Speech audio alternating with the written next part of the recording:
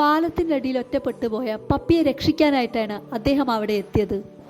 അദ്ദേഹം അടുത്തു വരും തോറും ആ പപ്പി വലിയ വായിൽ കരയുന്നുണ്ടായിരുന്നു. പക്ഷേ ആ പപ്പിക്ക് അറിയില്ല രക്ഷിക്കാൻ എത്തിയതാണെന്ന്. ആ പപ്പി നേരെ വെള്ളത്തിലേക്ക് എടുത്തു ചാടുന്നു.